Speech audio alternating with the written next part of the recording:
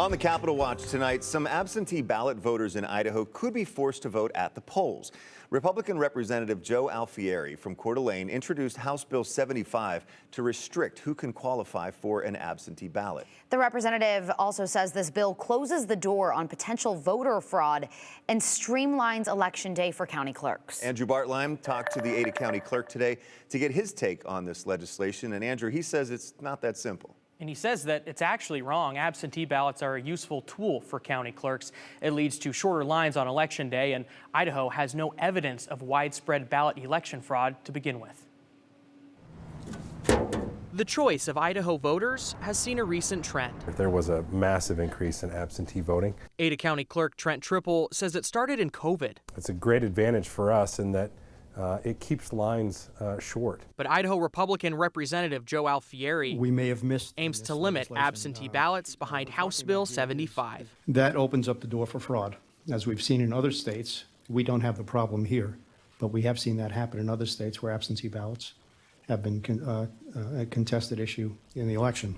Anyone in Idaho can request an absentee ballot from their county clerk.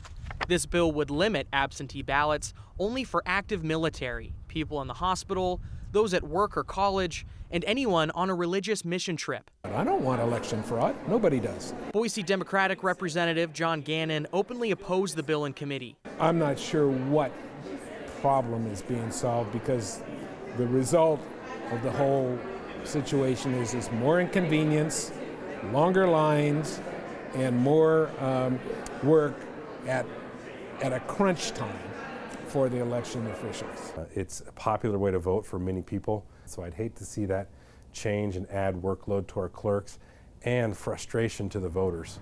However, Representative Alfieri is adamant this bill would make the job easier for county clerks. I know there is a paperwork backup in many districts. In my district, in my county, for example, it took us 2 days to get the votes counted. But Triple says, I know that's been brought up in this discussion. This bill is not the answer. The real process that we would want to go through to help us in that regard would be to allow us to open absentee ballots earlier than the day before elections. That would be the pressure release that would allow a lot of the counties to get through those absentees a lot easier. Triple says his solution would allow early opening of absentee ballots just become similar to early voting, or absentee ballots become similar to early voting, I should say. The results are not published or released, so it wouldn't influence anyone else in their election who has not voted yet, but they are processed ahead of time in order to save time. Lawmakers supporting this bill in committee, Morgan, seem to like this compromise that if you can no longer vote absentee and you don't qualify, well, then you can just vote early and in person. Well, Triple says not every county has early voting. Right. People in remote parts of the state might have to drive a long ways, sometimes hours, to make that happen. Yeah, that's exactly right. All right, Andrew Bartlein, thank you.